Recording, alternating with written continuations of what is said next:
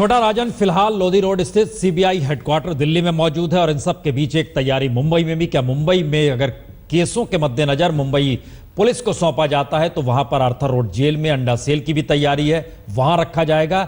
लेकिन सारे सवाल इस पर आकर टिक गए हैं कि क्या अगर सारे केसेस सीबीआई को दे चुके हैं तो सीबीआई एक नोडल एजेंसी के तौर पर काम करेगी या सीबीआई ही सारी पहल करेगी, क्योंकि सवाल छोटा राजन का नहीं, सवाल दाऊद इब्राहिम का है। और इन सब के बीच हम पहले सीधे चल रहे हैं। मुस्तफा मुंबई में मौजूद है आर्थर रोड जेल के बाहर। मुस्तफा, वहां क्या मानना है पुलिस का? मुंबई पुलिस कल शाम तक पूरी स्टैंड बाय पे थी, पूरी तरीके से। आर्थर रोड जेल में अंडर सेल जो है, जहां पर अजमल कसाब को रखा गया था 26/11 के आरोपी, वहां पर छोटा राजन को रखा जाना था। इस सेल में आप मान सकते हैं कि जितनी भी ज़रूरतें एक इंटरनेशनल स्तर के क्रिमिनल को होनी चाहिए वो चीज़ें सारी मौजूद थी। वीडियो कॉन्फ्रेंसिंग फैसिलिटी हो, इमरजेंसी मेडिकल सपोर्ट की ज़रूरत होती है, वो भी था। यहाँ से 5 किलोमीटर दूर जेजे हॉस्पिटल है, वहाँ पर डायलिसिस रूम तैयार किया गया था, बुलेट प्रूफ डायलिसिस रूम, कि किसी भी तरीके की अगर ज़रूरत होती है छोटा राजन को तो डायलिसिस के लिए वहाँ ले जाना था। पर कल शाम से खबर मिलने के बाद मुंबई पुलिस के खेमे में इस वक्त ये चर्चा चल रही है कि क्या वजह थी कि कल दोपहर तक छोटा राजन जो कि मुंबई लाना जाना था, उसके सारे केसेस सीबीआई में ट्रांसफ़र हो गए हैं और सीबीआई ये सारे केसेस इन्वेस्टिगेट करेगी। पिछले 3 दशक से छोटा राजन मुंबई के बाहर है, इस देश के बाहर है, लेकिन उसका जो गैंग है वो पूरी तरह से एक्टिव था और वो जो डर बरकरार है मुंबई में, शायद छोटा राजन को अगर मुंबई लाया जाता तो वो डर खत्म हो पाता, वो गैंगस्टर्स खत्म हो पाते और सारे केसेस पूरी तरीके से इन्वेस्टिगेट हो पाते। मुस्तफा, एक सवाल लगातार हम उठा भी रहे हैं, उठ भी रहा है और लोग चर्चा भी कर रहे हैं। जो छोटा राजन के खिलाफ केसेस हैं, मुंबई के पुलिस कमिश्नर ने कहा 70 से 75 केस है, लेकिन चाहे वो सीबीआई डायरेक्टर हो फॉर्मर, चाहे सीनियर जर्नलिस्ट हो या कोई भी शख्स, वो कह रहा है कि इतने पुराने केस तो ऐसे भी खत्म हो गए होंगे, कुछ बचा ही नहीं होगा। तो छोटा राजन मुंबई जाके उसका किया क्या जाएगा? उसको तो अगर दाऊद तक पहुंचना है तो दिल्ली में ही रखा जाएगा। और क्या वाकई जेडे के अलावे कोई ऐसा केस है मुंबई में जिसको लेके लगता है कि चार्जशीट नहीं हुई है, जांच होनी चाहिए, उसमें कुछ नए क्लूज मिल सकते हैं, कुछ भी ऐसा है? छोटा राजन काफ़ी सारे एक्सटॉर्शन केसेस में और Maharashtra control for organised crime cases में आरोपी है मुंबई में। सारे केसेस में चार्जशीट फाइल हो चुकी है, कार्रवाई चल रही है।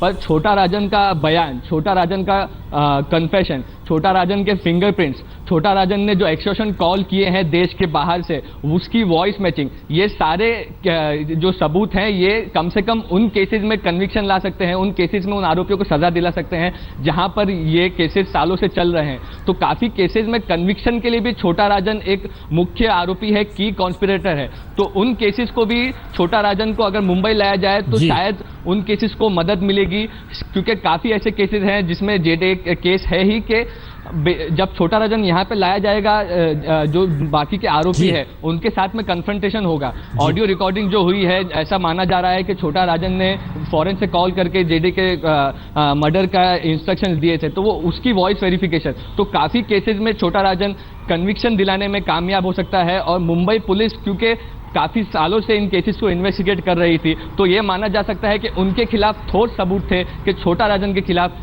कई केसेस में कन्विक्शन ला सकते थे। दीपक, हमारे ख्याल से पिछले बरस आपने जब छोटा राजन से बात की थी तो जेडे का भी सवाल उठाया था, क्रिकेट बैटिंग का भी सवाल उठाया था। जिस बात का जिक्र चूंकि मुस्तफा कर रहे हैं, हम मुंबई पुलिस के हमारे पास कुछ केसेस हैं जो सामने पड़े हुए हैं हमारे, उसमें इस बात का जिक्र है, एक्सटॉर्शन का जो मसला है वो 80s का मसला है। 85 में पठान गैंग को 10 सदस्यों को जो मारा गया था, छोटा राजन के जो गुर्गों ने मारा था, उसका एक केस। अरुण गावली गैंग के अशोक जोशी की हत्या हुई थी 1988 का। ये सारे केसेस बताते हैं कि बहुत पुराने हैं। हमारा सवाल सिर्फ ये है दीपक कि क्या वाकई मुंबई की जरूरत पड़ेगी छोटा राजन को, या छोटा राजन मुंबई जा भी पाएगा?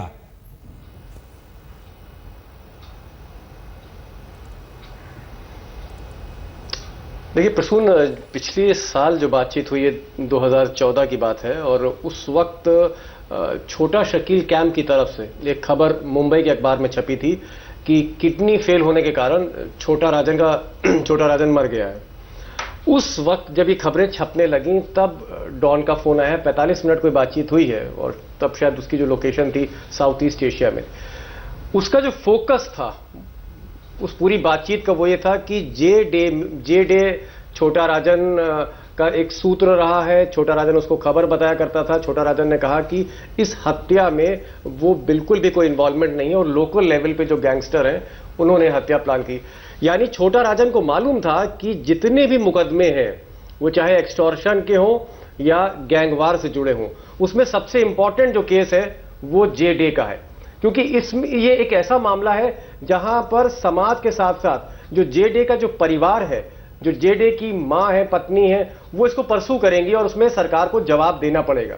लेकिन जो बाकी केसेस हैं जो गैंगलैंड शूटआउट के हैं, एक गिरोह के खिलाफ दूसरे गिरोह का मुकदमा, इस तरह के मुकदमे मुझे लगता है सिंह साहब भी बता पाएंगे कि कोर्ट में बहुत ज्यादा चलते नहीं हैं और पुलिस की भी बहुत दिलचस्पी नहीं होती है संगठित अपराध के मामलों में।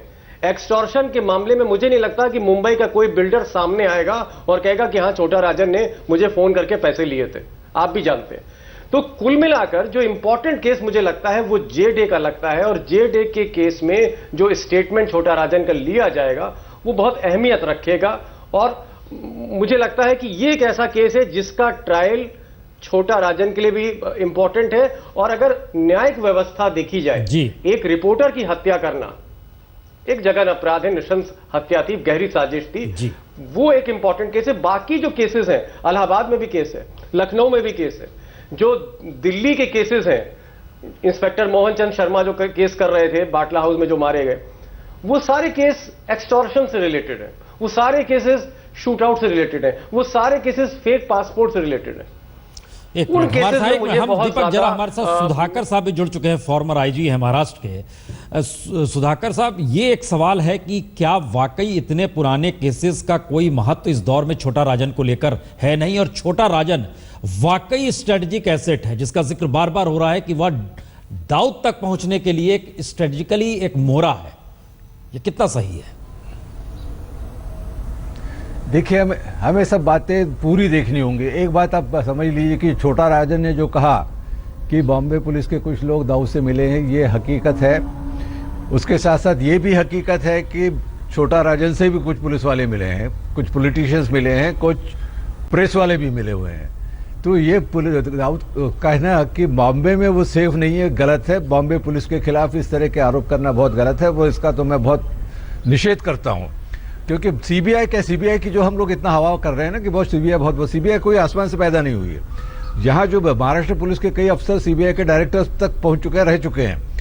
तो इन्वेस्टिगेशन करने का जहां तक सवाल है, मैं तो कहूँगा सीबीआई के पास तो अभी आदमी भी नहीं है और इतने केसेस उनके पास पड़ी और सुप्रीम कोर्ट ने सीबीआई के बारे में कहा, सब जानते हैं। तो मैं तो ये चाहूँगा कि महाराष्ट्र पुलिस और सीबीआई दोनों मिलकर इसका इन्वेस्टिगेशन करे और थोड़ी सी केसेस ही सीबीआई की तरफ देनी चाहिए, सारी केसेस सीबीआई की तरफ देने की कोई ज़रूरत नहीं है। बाकी जो ज़्यादातर केसेस मुंबई से संबंधित हैं उसका इन्वेस्टिगेशन महाराष्ट्र में, बॉम्बे में ही होना चाहिए, क्योंकि यहाँ वो ज़्यादा अच्छी तरह से हो सकेगा। सुधाकर जी, एक अपने दिमाग से निकाल दीजिए कि सीबीआई बहुत अच्छा है और बॉम्बे पुलिस। सुधाकर जी, जहां तक हमें याद है, जब लाल कृष्ण आडवाणी भी इस देश के गृह मंत्री थे, उस वक्त भी ये सवाल उठा था कि छोटा राजन को आत्मसमर्पण करना चाहता है, यहां लाया जाए। तब एक सवाल उठा था अंडरवर्ल्ड के भीतर भी और इन जनरल भी कि क्या सरकार के लिए वाकई छोटा राजन दाऊद तक पहुंचने का रास्ता है या नहीं है। सवाल देखिए बार बार यही अटक रहा है कि छोटा राजन कितना बड़ा गैंगस्टर है, कितना छोटा गैंगस्टर है, ये दाऊद तक कैसे पहुंचा जाए, ये महत्वपूर्ण क्यों हो गया है? अगर देखिए, अगर दाऊद तक पहुंचना है तो छोटा राजन की कोई ज़रूरत नहीं है। हमारे पास इतने काफ़ी लोग हैं जो वहां तक पहुंच सकते हैं। हम पुलिस में भी हैं, हमारे जो अलग अलग संस्थाएं हैं, आईबी है, रॉ है, इंटरपोल है, सब मिलकर दाऊद तक पहुंचना कोई मुश्किल काम नहीं है। सवाल ये आता है कि पाकिस्तान क्या वो हमें वहां तक पहुंचने देगा। मैं तो इस ख्याल का हूँ कि पाकिस्तान हमें दाऊद की लाश तक नहीं मिलने देगा, क्योंकि पाकिस्तान के लिए बहुत धोखा है दाऊद हमें मिलना। आप इन हालात में पाकिस्तान के लिए बहुत धोखा है, वो पाकिस्तान कहीं मिलने नहीं देगा। मैं समझता हूँ ये गुनहगारों की हमें मदद करने के प्रति क्या हम इतने नालायक हैं एग्जैक्टली यही सवाल देखिए हमारे साथ फॉर्मर रॉ ऑफिसर इस वक्त स्टूडियो में बैठे RSN सिंह साहब। ये एक सवाल है RSN सिंह साहब जिसका जिक्र आप कर रहे हैं, नेक्सस इतना मजबूत है क्रिमिनल्स का इन भारतीय सिस्टम के भीतर में, क्या ये स्थिति आ गई है या जिसका जिक्र वो कर गए सुधाकर जी? देखिए, इंटेलिजेंस साधु संतों का गेम नहीं है, ये आप जब मान के चलिए। और ये पुलिस के ओहदेदार रह चुके हैं, इनका जो देखने का नज़रिया होता है लॉ एंड ऑर्डर का, और जब हम पूरे देश के परिप्रेक्ष्य में इंटरनल सिक्योरिटी और एक्सटर्नल सिक्योरिटी देखते हैं, हाँ। तो दोनों के पर्सपेक्टिव में बहुत अंतर होता है। कह रहे हैं क्रिमिनल होना पड़ता है इसके लिए? नहीं, क्रिमिनल नहीं होना पड़ता है। It is perfectly legitimate for intelligence agencies gangs में स्प्लिट करवाए, स्प्लिट हुए जो सेगमेंट्स हैं उसका इस्तेमाल करें एक दूसरे के लिए। इसके बारे में कोई लीगल नहीं है। और मैं आपको ये भी बता दूं जी कि इंट एजेंसीज के पास कोई लीगल पावर्स नहीं है, लेकिन देश की सुरक्षा के लिए जब आप काम करते हैं तो जो लोकल पुलिस है, नीड टू नो बेसिस पे ही उनको बताया जाता है। The Maharashtra police has got nothing to do with Dawood's network in Pakistan. इस पे पूरे जो आपका जो सेंट्रल एजेंसीज हैं वो रिस्पॉन्सिबिलिटी उनकी बनती है। आप अगर मदद कर सकते हैं उसमें तो आप कीजिए, नहीं मदद कर सकते हैं तो हमने 2 डिस्कनेक्ट के केसेस देखे हैं। एक इशरत जहान के केस में जहां there was a huge disconnect, जहां पे 2 पुलिस और इंट एजेंसीज क्रॉस पर्पसेस पे काम कर रही थी, और ऐसा क्रॉस पर्पसेस रहा है कि एक नेशनलिस्ट कोर्स रहा है और दूसरा एंटी नेशनलिस्ट कोर्स रहा है। अभी इस केस में इनको मालूम है, ये बताएं ये कि विकी कपूर के केस में क्या हुआ था। विकी कपूर, अब वो आप बोले लीगल है नहीं लीगल है, लेकिन सबको मालूम है क्या हुआ।